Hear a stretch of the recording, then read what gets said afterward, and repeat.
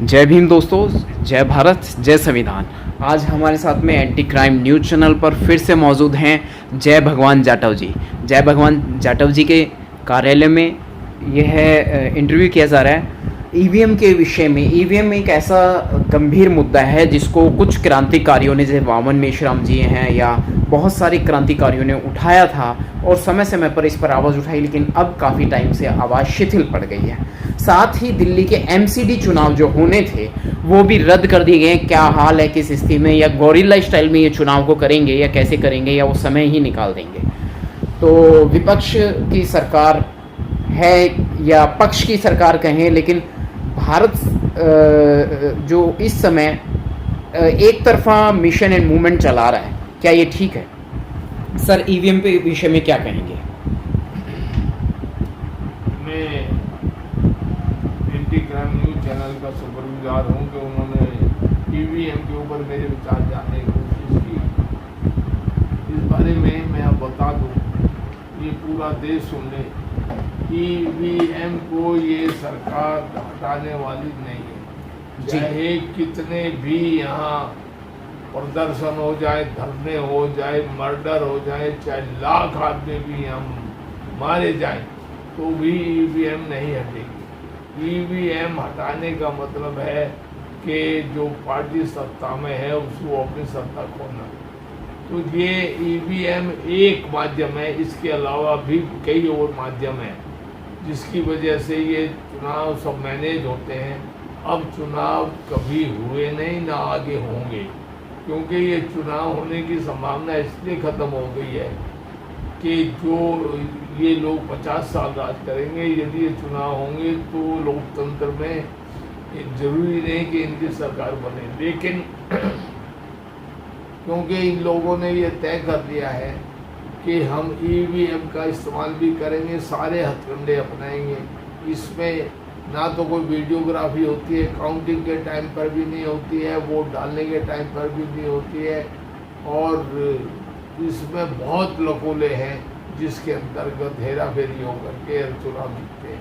क्योंकि जो सत्ता में होता है, सत्ता में जो है वो सारे हथकंडे उसके पास होते हैं। चुनाव आयोग से लेकर के सभी कुछ उसके अंडर होता है, पुलिस उसके अंडर है, चुनाव आयोग भी उन्हीं के अंदर, सब ने गिनने वाले भी वो ये काउंटिंग गिनते हैं। मैं एक बता दूं, यदि काउंटिंग के टाइम पे वो मशीन में हाथ मार के बताते हैं कि इतने वोट इसके, इतने इसके, यदि वोट 350 विपक्ष के या कांग्रेस के हो और दूसरी पार्टी के 440 हो, तो वो उनको तुरंत 440 को बढ़ा करके 830 कर सकते हैं। उसमें कौन किसको देख रहा है कि 830 कर दिए। और कांग्रेस के यदि उसमें 330 है तो उनको घटा करके और 340 को घटा के उनको 115 कर सकते हैं। वहाँ से बोलना ही तो है। इसकी वीडियोग्राफी जब तक नहीं होगी वो आदमी कोई कंट्रोल, लाइव वीडियो कंट्रोल होना चाहिए, लाइव वीडियो कंट्रोल हो, और वो हमेशा सामने पर्दे पर उसके ऊपर दिखते रहना चाहिए कि कितना वोट गिना जा रहा है, किसका आ रहा, को टोटल करने वाले बैठे, उसका मतलब बोलने वाला है। क्राइम डिपार्टमेंट में, क्राइम ब्रांच के डिपार्टमेंट में, पुलिस डिपार्टमेंट में नहीं, वो तो सब उन्हीं के होंगे। पॉलिटिकल डिपार्टमेंट में वो किसी का भी कर लो, विधानसभा में होंगे। जो एक आदमी बोलेगा कि इसमें इतनी वोट इसके लिखो, इतनी इसके लिखो, वो करता है। यदि ये वोट इस तरह नहीं लिखाए गए होते तो एक इलेक्शन हुआ था यूपी में, वहाँ उसने केस सुप्रीम कोर्ट में डाल रखा है, कोर्ट में, अदालत में, कोर्ट में केस चल रहा है, 8000 वोट ज़्यादा निकले। तो ये बताइए जितने वोट ज़्यादा निकले वो कहाँ से आए? वो यही काउंटिंग में हेरा फेरी करते टाइम वो गलती हो जाती है। ऐसे एक नहीं, सभी जगह पर ऐसे होते हैं। नहीं तो जितने वोट पड़े उसमें 1, 2, 4 वोट ऊपर नीचे हो जाए तो माना हजारों वोट में ऊपर नीचे हो जाए, ये कैसे हो सकता है?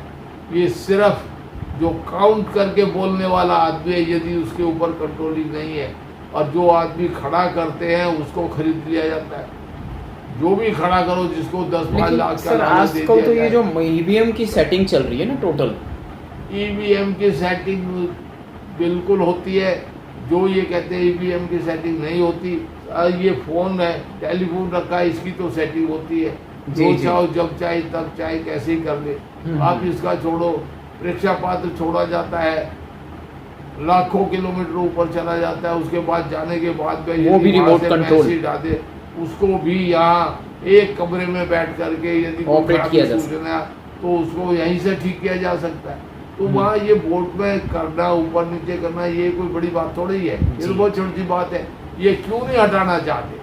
बिल्कुल, यदि ईमानदार गवर्नमेंट है, ईमानदारी से चाहते हैं चुनाव हो और रिजल्ट आए, लोकतंत्र में जो भी जनता चाहे उसको वोट दे और वोट के हिसाब से सरकारें बने। लेकिन मैं ये बता दूं, ये कभी नहीं हो सकता। इसमें चाहे कितने लोगों की जान चली जाए, ये वोटिंग मशीन भी रहेगी। और इन्होंने जो मैनेज करने का तरीका सीख लिया है, अब एक इलेक्शन वोट पे है, हर वोट के ऊपर ये 50-60 मान लिया फाइनल लिस्ट हो जाती है, उसके बाद भी 150, 200, 150 आदमी एक बूथ पे भी, यदि 1200 वोट एक बूथ पे हैं तो 1200 वोट में 150-200 वोट ये काट देते हैं, तो वे 150-200 का इनको डबल फायदा हो गया। वे वोट जो दूसरे को मिलते हैं वहाँ काउंट होते, और अब वो काटने से इनको डबल फायदा हुआ। डबल फायदा हो करके वो फायदा हुआ, फिर मशीन में फायदा हुआ, फिर इनको काउंटिंग में फायदा हुआ। सब तरह से इनकी पोवारे हैं और जो चाहे जिसकी सरकार है वो उसको करती है। इसलिए ईवीएम की बात तो आप भूल जाइए, ईवीएम और दूसरी जगह कोई नज़र रखता नहीं, क्योंकि जो लोग वोट डाल जाते हैं कि जी वोट बनी है, सब कुछ है, गया कि जी वो मेरे को वोट डालने, अरे भाई आपकी तो वोट डलेगी, अब ये पूछो कैसे वोट डलेगी भाई। फिर कई आदमी को कहा जाता है अरे आपकी तो वोट है ही नहीं, सारा देख के रजिस्टर वो देख के बोल देते हैं कि नहीं आपका नाम तो है नहीं, आप जाइए। अरे भाई जब उसकी वोट बनी थी, लिस्ट में नाम था, सब कुछ उसका चला आ रहा है, वो वोट देता आ रहा है, अभी वोट कहाँ चलेगी? तो इस देश में धांधली की कोई कमी नहीं है। यहाँ धांधली कोई भी हो, जिसकी भी सरकार होगी वो धांधली करती है, क्योंकि उनकी सरकार यदि स्टेट में भी है, सेंटर में भी है, तो वो होगी। तो ये इसका और कोई इलाज नहीं है। प्रेजेंट टाइम में बीजेपी की पावर ज़्यादा है और वो आम आदमी पार्टी जो दिल्ली सरकार में इस वक्त मौजूद है उस पर भी पकड़ बना रहा है, मतलब उसको भी अपने हिसाब से हैक कर रहा है। आपको कुछ पता तो है नहीं। आपको ये देखिए, ये बीजेपी जो ये आप पार्टी की सरकार है, वो बीजेपी की सरकार है तो आरएसएस का एजेंडा ना सारा, वो सारी आरएसएस है। हाँ। कांग्रेस को धूल चटाने के लिए ये पार्टी बनवाई गई थी अरविंद केजरीवाल से कि तुम ये बना लो जिससे कि वो वोट काट सके। वोट कटवा पार्टी बनाने को कहा था। अब वोट कटवा के कांग्रेस को मिट्टी में मिल जाएगी और वोट कटवा पार्टी ये कहलाएगी और तुम हमेशा राज करोगे। लेकिन हो उल्टा गया। लोगों का गुस्सा इतना ज़्यादा था कि पहले चुनाव में ही इनको, जबकि सरकार इनकी थी केंद्र में, इन्होंने हेरा फेरी की नहीं, उसमें बिल्कुल ईमानदारी का चुनाव करा दिया। ईमानदारी का चुनाव करा दिया तो 70 सीटें दिल्ली में एमएलए की होती हैं, 70 में से 67 सीटें, 67 सीटें आप पार्टी की आई। अब ये बताइए ईमानदारी से करके ये हाल हो। ये आज कहीं भी देश में चुनाव करा ले, यही हाल पूरे देश का मिलेगा। और इनको मालूम है यूपी में अब क्या हुआ। यूपी में 90% आदमी इनके खिलाफ थे और फिर ये 274 सीटें और फिर कितनी सीटें ये जीत करके आ गई। ये क्या मजाक है? जबकि ये चुनाव मैनेज होते हैं। अब वोट कोई किसी को डाल दो, उसकी कोई वैल्यू नहीं। आपने जिसको चाहो वोट डाल दो, उसका कोई मतलब नहीं। वहाँ मैनेज हो जाएगा। मैनेज करके वो जानते हैं सरकार इनकी ही बनेगी। जी, तो बाबा साहेब ने इतना संघर्ष किया, इतनी कुर्बानियां दी, इतना अपना परिवार ही बर्बाद कर दिया। बाबा साहब को कौन मान रहा है? मताधिकार तो खत्म हो गया ना। का जो दिया था बाबा साहब ने, राइट दिया था, पर उनको मालूम था कि इस पर बेईमान लुच्चे लफंगे लोग आ जाएंगे और सरकारों में वो आदमी आएंगे जो इस देश को बिक्री कर देंगे। आज यह क्या हो रहा, तो आरक्षण का क्या हो रहा? अब भाई आप थोड़ा बोलने दिया करो। जी, तो थोड़ा उसमें जो भी हो रहा है वो कोई अच्छा नहीं हो रहा। कहीं भी देश तो बर्बाद हुआ पड़ा है। देश में कहीं कुछ रहा नहीं है। सब कुछ इन्होंने बेच का है। दलितों की हालत बुरी है। मैं आपको एक छोटा सा एग्जांपल देता हूँ। 2005 में एक एनडीसी की मीटिंग हुई, नेशनल डेवलपमेंट काउंसिल, वो देश की सर्वोच्च संस्था है जिसको राष्ट्रीय विकास परिषद की मीटिंग होती थी 2005 में। 51वीं मीटिंग थी, 27 जून 2005 में हुई थी। उसमें प्रस्ताव आया था कि जितने भी शेड्यूल कास्ट का शेड्यूल ट्राइब का आदमी हैं, हम 10 साल के अंदर अंदर इनको सामान्य वर्गों के बराबर ले आएंगे। प्रस्ताव पास हुआ, सब हुआ। यहाँ के जो उस समय के वाइस चेयरमैन थे नीति आयोग के, जो उस समय पर प्लानिंग कमीशन था, उसने सारी स्टेटों के मुख्यमंत्री को चिट्ठी लिखी द्वारा। इनका मोदी जी भी उस समय मुख्यमंत्री थे गुजरात के, उन्होंने भी भाग लिया था 2005 में। यहाँ उनके भी साइन है कि उन्होंने भी मीटिंग में अटेंड किया, प्रस्ताव पास किया, हुआ, लेकिन एक कदम भी कोई आगे नहीं बढ़ा। कोई एक भी योजना स्पेशल नहीं बनी। मैं डॉक्टर अम्बेडकर नवोदय विद्यालय खोलने के लिए इतना जूझ रहा हूँ, इतना लड़ रहा हूँ, पैसे पड़े हैं, लेकिन खोलने के लिए तैयार नहीं है। तो आप लोग समझते हैं कि ये किस राह पे चल रहे हैं। ये लोग भेदभाव तो करते ही हैं, ये लोग हर तरह का जुल्म ज्यादती कर रहे हैं, और जुल्म ज्यादती करने में भी इन्होंने महारत हासिल की हुई है, क्योंकि मारने वाले यही हैं, रिपोर्ट लिखने वाले यही हैं, सुपर एक्सपर्ट अदालतों में यही बैठे हैं। अब अदालतों में ये कोई भी आदमी दलित का क्यों नहीं लेते? ये कहें, यदि ये कहते हैं कि भाई इनके कैपेबल आदमी नहीं है, कैपेबल 70 साल में क्यों नहीं बनाए? कैपेबल बनाना किसका काम था? क्यों नहीं एजुकेशन को सुधारा? आज ये कंपटीशन के जहाँ भी होते बैठो, एक होते हैं हिंदी मीडियम के प्राइमरी स्कूल के पढ़े हुए बच्चे होते हैं जो सरकारी स्कूल में पढ़े, एक तरफ इंग्लिश मीडियम के बच्चे होते हैं। तो कौन पास करेगा, कौन आगे जाए? डॉक्टर, इंजीनियर या जज कौन बनेगा, वकील कौन बनेगा? वही लोग, उन्हीं के लोग बनेंगे। और फिर हम लोगों के ऊपर ये तोहमत लगाए कि हम लोग नालायक हैं। अरे कंपटीशन करा लो, हमें भी वही माहौल दे दो। अरे माहौल भी नहीं दो तो कम से कम एजुकेशन तो इक्वल कर दो। ये बेईमान नंबर 1 है। यदि बेईमान और इनके अंदर इस तरह की फिरका परस्ती नहीं होती तो मुगलों से क्यों बढ़िया स्टेज कराई? कितने मुगल थे यहाँ, कितने हिंदू थे? सही बात। तो सब इन्होंने अपनी बहन बेटियां तो उनको दे दी मुसलमानों को, उनके वहां जाकर के अपनी अपनी बेटियां सब इन्होंने ऑफर की है। तो वे क्या था ये अपने बजाय इसके लड़ाई लड़ते और उनके राज को हटाते, उनको राज थोड़े अंग्रेज आए वे राज करके इनके ऊपर क्या करते रहे? जो अपने आप को हिंदू कहते हैं, क्या अपनी हैसियत कर रहे थे? कहाँ बैठे थे? क्यों नहीं लड़े थे? अंग्रेजों को इन्होंने घुसा लिया अंदर अंग्रेज घुसा करके अपना। कितने अंग्रेज थे टोटल इंग्लैंड में? टोटल 5-6 करोड़ आबादी है टोटल, और उन्होंने 50 कंट्रियों पे राज कर रहे थे। तो यहाँ कितने आए होंगे? 10-20 लाख 50 लाख आदमी यहाँ हिंदुस्तान में आए होंगे। तो 50 लाख आदमी भी आए हैं। यदि अंग्रेज 50 लाख यहाँ आ भी गए, और कितने हिंदू कितने थे यहाँ? अपने आप को कहते हैं कि हम हिंदू थे। 3 बार खाते, क्या 3 बार खाते? ऐसे कराते रहे। सब ने क्या किया?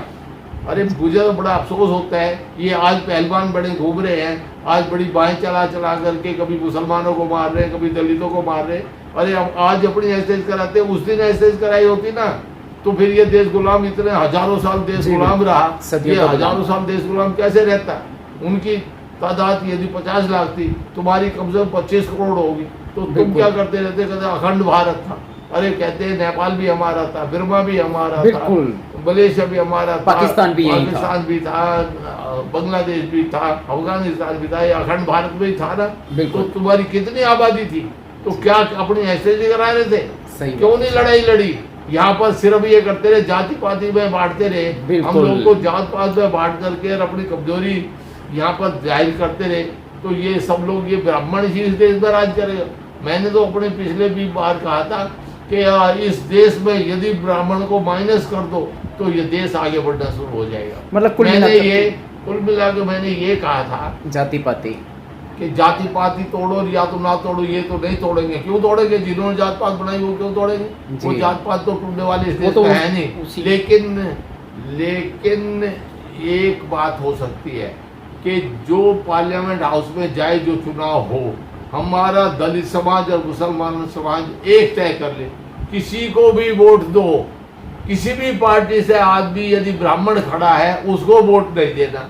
यदि ये तय कर लें, श्रीकाश और मुसलमान लोग मिलकर के ये तय कर लें, और पिछड़ी जाति के लोग यदि उनका सहयोग मिल जाए तो वाह हो जाए, और ये तय कर लें कि ना तो हमारे लिए बढ़िया बुरा है, ना हमारे लिए ठाकुर बुरा है। जो इस देश में बर्बादी का कारण बना हुआ है वो ब्राह्मण बना हुआ, उस ब्राह्मण को पार्लियामेंट हाउस में जाने से रोक लें, किसी भी पार्टी से हो, ब्राह्मण को वोट नहीं देना। आप जात पात बनाए रखो, ये ब्राह्मणों ने बनाई जात पात, ये जाति पाति भी टूट जाएगी और देश भी बच जाएगा। और देश जो जंगलों में रहा, ये ब्राह्मणों की ये करतूतें रही हैं, वो कोई करतूतें ठीक नहीं रही, सारी गलत बातें पढ़ाई। आज जितने भी भगवान देवी देवता के ऊपर ये झगड़े चल रहे हैं, ये सब लोग उसको कहते हैं विरोध करते हैं। अरे विरोध तो इसलिए करते हैं, बात जमती ही नहीं है। अब किसी को सूर लगा दिया जमता जी नौजवानों को, तो कोई भी लोग बोलेंगे मैं भी हिंदू हूँ, मान लो मैं हिंदू हूँ और मेरे को नहीं जम रही, मैं क्यों जबरदस्ती मानूँ मैं कि भाई ये काली बाई है, या ये गोरी बाई है, या ये 4 हाथ वाली लक्ष्मी है, या फलाने वाली है, क्यों बांधूँ मैं? जब मेरे को जैसे 4 हाथ वाला कोई हो सकता है आदमी, कोई आदमी सूट का आदमी हो सकता है, किसी के बांधे बना दे, किसी को पूंछ लगा दी, पूंछ लगा करके कोई आदमी होगा क्या? ये सब जो हम लोग को मूर्ख बनाया है, अब इसके खिलाफ तो सबको ही बोलेगा, क्योंकि ये दिमाग में बैठती नहीं। हम लोग दिमाग का इस्तेमाल करना जानते हैं, जब दिमाग का इस्तेमाल करते हैं तो हम लोग कहते हैं ये सब झूठी बात है। अब कह दिया कोई मुंह से पैदा हुआ, ब्रह्मा के मुंह से पैदा हुआ, कोई मछली से पैदा हुआ, कोई किसी का, कितनी बातें हैं यहाँ इस देश में जो बेतुकी बेमतलब की बातें हैं, और कहते हैं कि हमारे शास्त्रों में लिखा। अरे तुम्हारे शास्त्रों में लिखने वाले तुम ही थे, ब्राह्मण थे, और तो पढ़ने पढ़ाने का किसी को राइट था नहीं। भाई दलित पढ़ नहीं सकता था, ठाकुर नहीं पढ़ सकता था, बढ़िया नहीं पढ़ सकता, हिंदी मुंडी लिखते थे। हम छोटे थे बचपन में जब देखते थे हिंदी मुंडी लिखते थे, हिंदी कोई लिखता ही नहीं, पढ़ाई लिखा कोई नहीं था, ना बड़ियों में था, ना ठाकुरों में था, ना कोई था। जब सिवाय ब्राह्मण के अलावा कुछ कोई पढ़ा लिखा ही नहीं था, तो इस देश में जुल्म जाति कम हुई है क्या? तो ठाकुरों के साथ कम हुई है क्या? बड़ियों के साथ कम हुई है क्या? लेकिन ब्राह्मण बढ़िया उनके साथ मिले हुए, तो मिले रहो, मानते रहो, 4 हाथ वाली को मानते रहो, चढ़े रहो गणेश जी पे, और उसमें मैं गणेश जी का, उसका नाम है अच्छे में ना बुरे में। लेकिन जब मैं अपने दिमाग से सोचता हूँ कि क्या सही है क्या गलत है, तो मेरा दिमाग ये मान जाता है कि इंसान के पूछ नहीं लग सकती। उन्हें हनुमान जी बना दिया, पूछ लगा दी, मुंह बना दिया वैसा, उसका वो बना दिया, किसी को कुछ बना दिया, किसी को पैदावार की जो इनकी हिस्ट्री है, जो इनके उसमें लिखी हुई है, मेरा ख्याल है मैं तो कभी हाथ भी लगा के नहीं देखे इनके ग्रंथों को, कौन कौन से ग्रंथ है या कौन कौन सी इनकी पुस्तिकाएं हैं जो बड़ी, मैं तो कभी हाथ मिला, पढ़ने की बात तो दूर है। लेकिन ये जो सुनाते हैं बताते हैं, मैं तो इन्हीं की सुनी हुई बता रहा हूँ। अब ये बताते हैं कौन कहाँ से पैदा हुआ, कोई कैसे पैदा हुआ, तो ये बातें दिमाग में आती है, ये उतरती है। कभी कोई इनमें से ऐसा पैदा होता है, कोई कहता है कि पता नहीं क्या क्या, मैं अभी किसकी कहूँ ये और बुराई हो जाएगी। तो ये जमने वाली जब बात है ही नहीं तो विरोध तो होगा। इसलिए इनको अपनी नई स्मृति लिखनी चाहिए। मनुस्मृति के उसमें घुसे जा रहे हैं। अरे मनुस्मृति को छोड़ो, महिलाओं के ऊपर अत्याचार जो हुए मनुस्मृति के साथ ही हुए। क्यों तुम चाहते हो मनुस्मृति लाना? मनुस्मृति लाओगे क्यों बर्बाद करना चाहो? पहले फिर उसी दुनिया में जाना चाहते हो जहाँ से बड़ी मुश्किल से निकल के आए हैं। ये मैं इस देश के ब्राह्मणों को सचेत करना चाहता हूँ कि इनके हाथ में यदि बागडोर है तो इस देश को बड़ी ईमानदारी के साथ सारे समाज को इकट्ठा करके, ये जाति पाति खत्म करके, और सब लोगों को बराबर की एजुकेशन दो, बराबर की स्वास्थ्य सेवाएं दो, बराबर का सबको मौका दो आगे बढ़ने का। ये नहीं ना कि तुम अपने अपने आपस में तो आगे बढ़ते रहो तो देश कैसे रहेगा? आज नहीं तो कल, कल नहीं तो परसों लोगों के दिलों में विद्रोह होगा तो देश कैसे बचेगा? भाई क्यों चाहते हो तुम ही पैसे वाले बनो, तुम ही पढ़ लिख करके डॉक्टर बनो, तुम ही वकील बनो, तुम ही जज बनो, तुम ही सब कुछ बनो? तुम ही क्यों बनो? सभी क्यों नहीं बने? बाकी लोग भी बढ़ने चाहिए। इसलिए जो ये कर रहे हैं देश का हाल, ये इस देश को ले बैठेगा। इन्होंने वो अब चलने वाला नहीं है। अब उस तरह राज दिए कि अकबर को अपनी बेटी दे दी और दूसरे को अपनी बहन बेटी दे दी। ये तो आजकल बहन बेटी वाला चलन लगभग खत्म सा ही है। अब वो मामला नहीं चलेगा, अब राजा का राज नहीं रहा। आज लोकतंत्र से, वोटों के चुनाव से आदमी आते हैं। हम समझते हैं कि जो भी होगा इसी देश का बनेगा ना। अब हम लोग उम्मीद कर रहे हैं, अब इंग्लैंड में बात हो रही है कि हिंदुस्तान का वहाँ प्रधानमंत्री बनेगा जो हिंदुस्तान का बने। अरे वहाँ हिंदुस्तान का बनेगा, वो तुम्हें बर्दाश्त है, वो तो तुम अच्छा, वो अंग्रेज लोग बर्दाश्त कर लेंगे। जब तुम यहाँ हमारे आदमी को बर्दाश्त करने के लिए तैयार नहीं हो, वहाँ कौन बर्दाश्त करेगा? तो यदि वो बर्दाश्त करने को तैयार, तो तुम हमें यहाँ तो बर्दाश्त करो। यहाँ जो दलित है, यहाँ जो पिछड़ा है, यहाँ जो ट्राइबल आदमी है, जिनके साथ जो व्यवहार कर रखा है, तो ये सब हद नहीं। तो एक दिन ऐसा आएगा और बहुत जल्दी आने वाला है। अभी कोई लीड करने वाला आदमी सामने नहीं आया। लीड करने वाला आदमी आएगा तो वो इस देश की व्यवस्था को बदल देगा। क्यों चाहते हो कि तू भी राजा रहो? क्यों चाहते हो कि तू भी मंत्री बनो? एक प्राइवेटाइजेशन, सब प्राइवेट कर दिया, तो ये सरकार को भी प्राइवेट कर दो, ये मंत्री भी प्राइवेट भर्ती कर लो। अभी जो नौकरियों में भर्ती शुरू कर दी, वो कि बाहर से ऐसे ही आदमी लेने की कह रहे हैं कि वो हम लोग एक्सपर्ट आदमी ले रहे हैं। जो आदमी, अरे जितने एक्सपर्ट लिए पहले उनका बताओ, तो उनका चिट्ठा तो लाओ। किस किस के एक्सपर्ट लाए थे, उन्होंने क्या काम किया, कौन कौन से काम कर दिए एक्सपर्ट ने? तो ये सब लोग धोखेबाज हैं, ये सब मूर्ख बनाते हैं। लेकिन मैं ये कह रहा हूँ, इन्हीं को मुंह की खानी पड़ेगी। इनको ये समझ जाना चाहिए कि जो तादाद इस देश में 4% रापण है, 40% नहीं है, 4% है। और हम लोग यदि दलित लोग ही मिलाए तो 22% 25% तो है, ज़्यादा हैं, बल्कि ये गिनते नहीं है।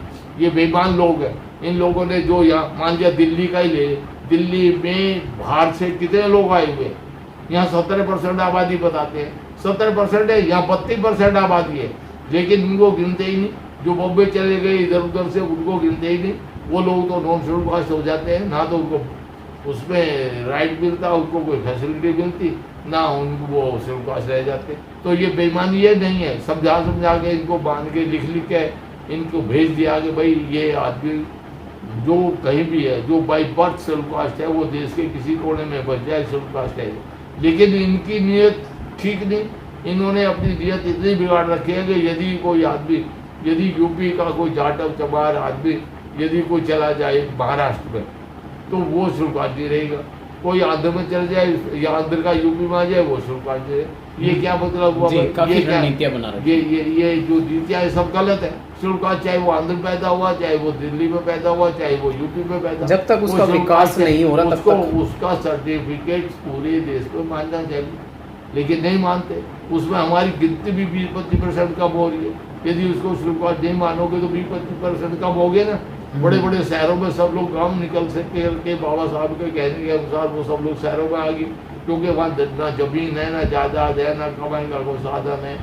तो ये हालत कर दी। अब इन्होंने जमीन बांटने की थी, जमीन नहीं बटी, 1 पैसे का काम है। जो ये 2005 का ऑर्डर है, ये ऑर्डर है, ये 2005 का ऑर्डर है। ये जी जी कहा है कि भाई ये सारा का सारा ये जी ले लूँ ना सर इसको कैमरे पे। जी ये 2005 का ऑर्डर है, भारत सरकार का, मेरा ऑर्डर नहीं है। और कहा है कि हम 10 साल में दूसरे समाज के बराबर ले आएंगे। आज तक 10 साल में अभी तो एक कदम भी आगे नहीं बढ़ा है। इतने बेईमान और बैकवर्ड बना रहे हैं, इतने बेईमान और भ्रष्ट आदमी बैठे हैं सरकार में, जिनके तमाम किस्म के बहाने जुटा करके तो थोड़ा बहुत तो करके दिखाते हैं। हमने भाई चलो थोड़ा बहुत कर दिया, जो हो रहा था वो भी बेड़ा गर्क हो गया, वो भी नहीं कर। और आज के जो हमारे प्रधानमंत्री हैं, वो तो आगे बंद करके बैठे हैं। वो जिस सरकार में मैंने देखा है, मैं भी इतनी उम्र का हो गया हूँ, मैंने ये देखा है पहले सरकारों में कोई चिट्ठी पत्री, कोई तकलीफ की चिट्ठी जाती थी, उसका सॉल्यूशन होता था जी नीचे लेवल पर। आज सब लोग चिट्ठी भेजो, कुछ भेजो, किसी को कोई बेनिफिट मिलने वाला नहीं है। उसके साथ जो जुल्म जाती हो रही है उसका कोई समाधान करने के लिए तैयार नहीं है। पुलिस महकमा इतना भ्रष्ट, इतना घटिया हमारे देश की पुलिस है, जिसकी कोई भी एक कहावत हमारे सामने आती थी कि पुलिस वाला अपने बाप को भी नहीं छोड़ता। वो बात आज मैं देख रहा हूँ कि वो 100% सच हो रही है। पुलिस वाले को पैसे से मतलब है, जो निर्दोष है वो जेल झाँक रहा है, जो आदमी जो क्रिमिनल है वो सड़क पर घूम रहा है, और जितना ये क्रिमिनल का काम हो रहा है ये सब पुलिस कराती है। कोई अफीम चरस बिक नहीं सकती, कोई देश में गलत काम हो नहीं सकता यदि पुलिस अपनी ड्यूटी करे। ये जितने भी थाने बिकते हैं, जितने भी क्राइम होते हैं, ये सब पुलिस के द्वारा होते हैं। पुलिस करवाती है, पुलिस इन्वॉल्व होती है, अपना हिस्सा लेती है। इसलिए इस देश में मेरा पुलिस वालों से हाथ जोड़ के निवेदन ये है कि भैया आपके ऊपर इतनी ज़्यादा तौबत आई हुई है, आप लोग अपने संभालो, रोजी रोटी बच्चों को खिलाओ, अच्छा पढ़ाओ, अच्छा लिखाओ, आगे बढ़ो। इसमें कुछ नहीं रखा है ये जुल्म करने में। तुम्हारी आत्मा कैसे गवाही देती है कि शरीफ आदमी को बंद कर दो और बेईमान आदमी और जो आदमी क्रिमिनल है उसको खुला छोड़ दो। ये गलत बात है। आप अपने आप को करेक्टर को अपने संभालो। आपके भी बहन बेटी बहुएं हैं, बिटियां हैं, बिल्कुल बच्चे छोटे बड़े हर परिवार सभी के, हर परिवार के होंगे। आप उनकी तरफ भी देखो और उनकी तरफ देख करके ये फैसला करो कि भाई हम लोग गलत काम नहीं करेंगे, हम लोग ईमानदारी से चलेंगे। अरे तनख्वाह तो मिल ही रही है ना। जिन लोगों को मौका नहीं है भ्रष्ट होने का, जो लोग दफ्तरों में नौकरी कर रहे हैं, उनके भी तो परिवार पल रहे हैं ना, वो बड़ी उनके बच्चे बनते हैं अच्छे। जो ये पुलिस वाले हैं, कोई इनका बच्चा अच्छा नहीं मिलेगा। लड़की अच्छी, मेरे को लड़के, मेरे बेटे हैं एमटेक है, मेरे बेटों के लिए शादी का आता। मैं एक तो पुलिस वाले से कभी अपनी उनकी लड़की शादी नहीं करूँगा, चाहे जो हो, कितना ही बड़ा हो, क्योंकि पुलिस वाले जो बिगड़े हुए हैं उनके बच्चे भी वैसे बिगड़ जाते हैं, क्योंकि उनके पास में हराम का गलत पैसा आता है और वो गलत बच्चे बन जाते हैं। इसलिए पुलिस वाले को शादी, एक वकील होते हैं सारा दिन झूठ बोलते हैं, वकीलों का भी यही काम है। मैं वकील के भी बच्चे से किसी शादी नहीं करूँगा, क्योंकि उनके बच्चों में भी झूठ बोलना, झूठे केस लड़ना, झूठी तरफदारी करना, सारा दिन झूठ झूठ झूठ झूठ पे ही चलता है। इसलिए दो कौमें ऐसी हो गई हैं समाज में जिनका काम झूठ बोलना और दूसरे का काम बेईमानी करना, रिश्वतखोरी करना, हेरा फेरी करना। इनकी जांच यदि पुलिस वालों की करा दी जाए तो पता लगेगा कि कितना माल इन्होंने कमा लिया है, किस तरह से। ये सच्चाई है जी। और बहुत कम पुलिस वाले ईमानदार हैं।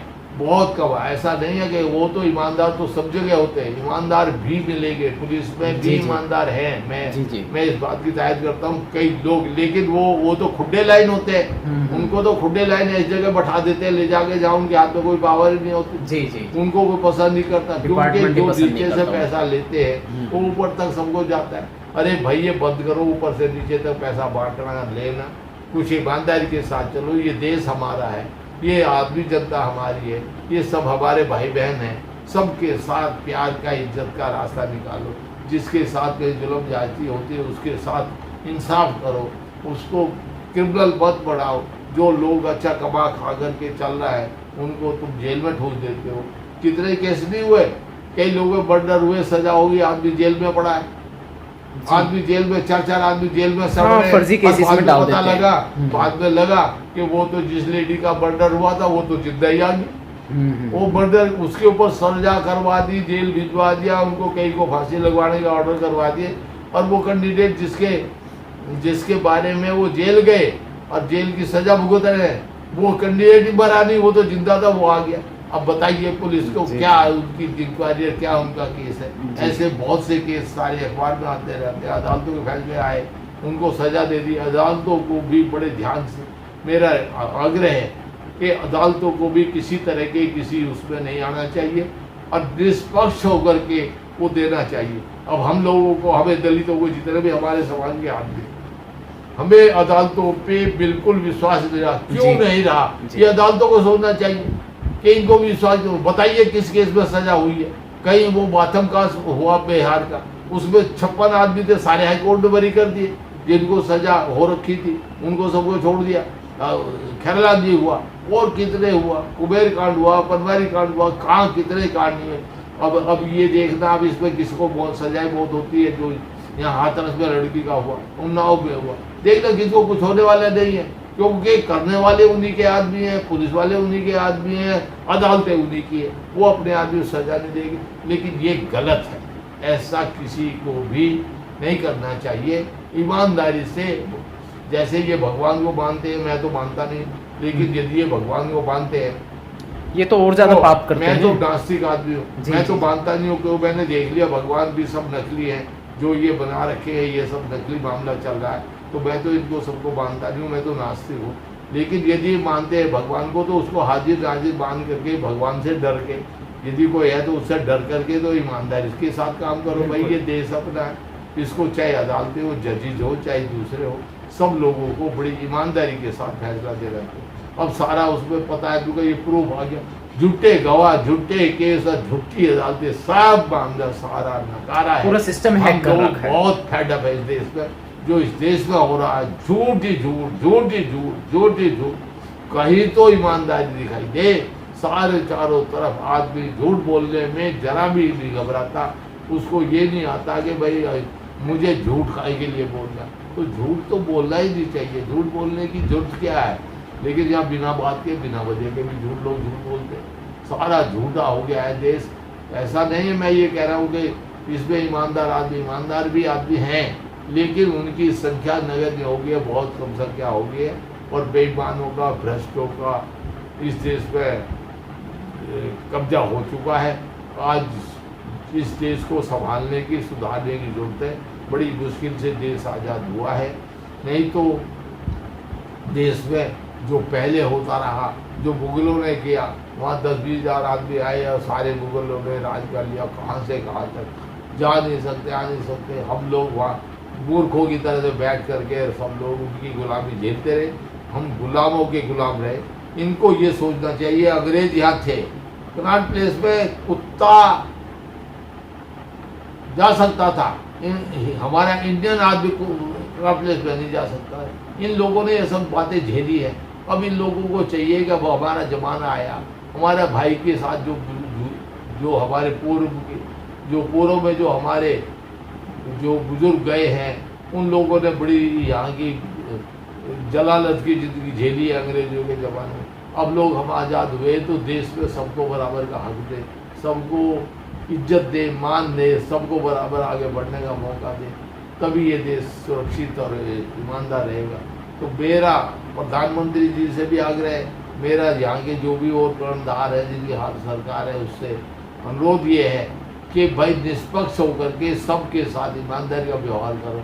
ये हिंदू हिंदू हिंदू हिंदू, ठीक है हम भी हिंदू हैं, पर हिंदुओं को तुम ठीक तो करो, हिंदू के साथ ही तुम व्यवहार करते हो। हम हिंदू हैं, यदि दलित देते तो कौन सा तुमने हमारे साथ व्यवहार अच्छा रखा है, हमारे साथ कौन सी जुल्म जाती हो रही। हमें हिंदू और मानते हो और हिंदू कहते हो, हिंदू है अपने, हमारी याद हमें निकाल दो, हमारी गिनती अपने हिंदुओं में उसमें निकाल दो हिंदुओं में, हम वो हिंदू नहीं है। और यदि हिंदू है तो बराबर का हिस्सा चाहिए, बराबर की इज्जत चाहिए, बराबर की पढ़ाई चाहिए, बराबर के हम हिस्सेदार, हर चीज़ रोजगार चाहिए बराबर का। और यदि नहीं दे सकते तो हम लोग को हिंदू गिनना बंद कर दो। आप जो ये यदि यहाँ इस देश में हिंदू की बात कर रहे हैं तो इस सिवाय ब्राह्मण के कोई हिंदू नहीं है। यहाँ ठाकुर भी हिंदू नहीं है, यहाँ बढ़िया भी हिंदू नहीं है, यहाँ दूसरे जितने भी और पिछड़ी जाति के लोग हैं, चाहे यादव कोई भी हो, कोई हिंदू नहीं है।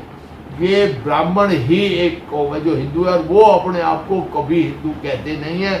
वो हम लोगों को बताते हैं कि तुम हिंदू हो। अरे तुम हिंदू हो तो तुम भी तो हिंदू हो, लेकिन कभी मैंने किसी ब्राह्मण को ये कहते नहीं देखा कि मैं हिंदू। वो ब्राह्मण कहेगा अपने को, कभी हिंदू नहीं कहेगा। उसे पता है हिंदू एक गाली है, हिंदू सब कोई है नहीं, हिंदू कोई जात नहीं। वो मूर्ख बनाने के लिए सिर्फ अपना व्यू रचता रहता है और हमें उस व्यू के चक्कर में फंसा रखा है। लेकिन हमारे लोग जो है वो भी कम बदमाश नहीं है, वो लोग भी कम वो नहीं है, वो भी हिंदू के उसमें घुसे हुए हैं। हाँ, अब हिंदू परिवेश उन लोगों को यदि इस तरह का वही घुसना है, उनको निकल के बाहर आना चाहिए। उनको जो ये गलत परंपराएं पड़ी हुई है उनसे निकल के आना चाहिए, असलियत में रहना चाहिए, दिमाग का इस्तेमाल करना चाहिए। क्या सच है, क्या झूठ है, क्या गलत है। भगवान बुद्ध ने कहा, भगवान बुद्ध की राह पकड़नी चाहिए, पूरे देश को पकड़नी चाहिए। ऐसा धर्म जो अहिंसक, जो हिंसा का विरोधी हो, अहिंसक हो, जिसमें सारे धर्म समाज है, ऐसा ईमानदार से चलने वाला धर्म। हमें बुद्धिस्ट बनना चाहिए। हमें क्या लेना देना, हमें ये हिंदू हिंदू हिंदू हिंदू हिंदू में जिसमें मान नहीं, सम्मान नहीं, इज्जत नहीं, देने का कोई पूछता नहीं। वहाँ भेदभाव इतना ज़्यादा है, डिस्क्रिमिनेशन इतना ज़्यादा है कि वो संभाल नहीं सकते। हम लोगों को आज जहाँ दिल्ली में बैठे हैं, दिल्ली में एक मकान किराए का लेके दिखाओ जरा, आपको मकान किराए पे नहीं मिल सकता यहाँ, ये कह करके ले लो मैं चवार हूँ या मैं वाल्मीकि हूँ, अगर मुझे मकान किराए पे दे, आप मकान किराए पे नहीं ले सकते, कोई आपको देगा। और ये आप बात करते हैं कि भाई हम लोग हिंदू है तो हमें मकान दिलवाओ ना किराए पे।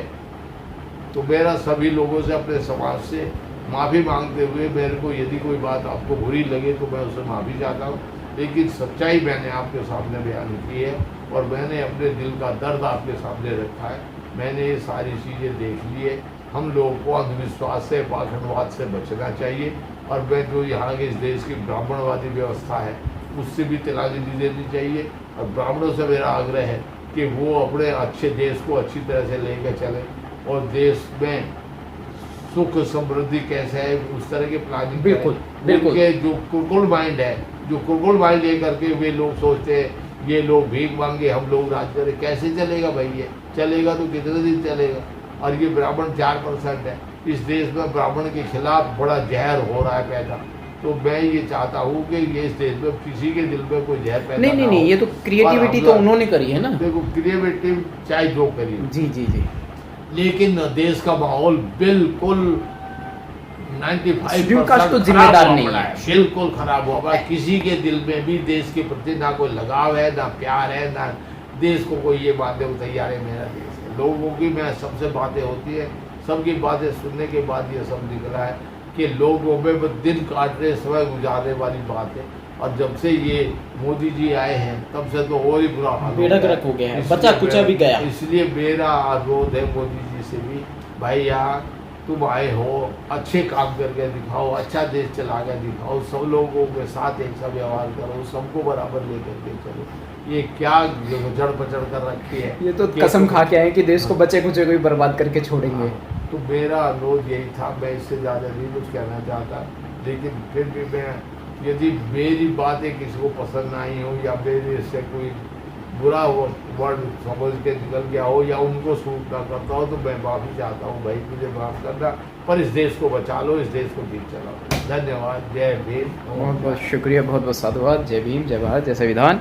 साथियों, कुल मिलाकर भारत धर्मनिरपेक्ष देश है और इसमें सभी तरह के लोग रहते हैं, सभी जाति धर्म के लोग रहते हैं। किसी एक के पूरा सिस्टम हैक कर रखा है, उसलिए कड़वी बातें यहाँ कही गई हैं। शोध करना ज़रूरी है, देश को बचाना है तो देश सबका है।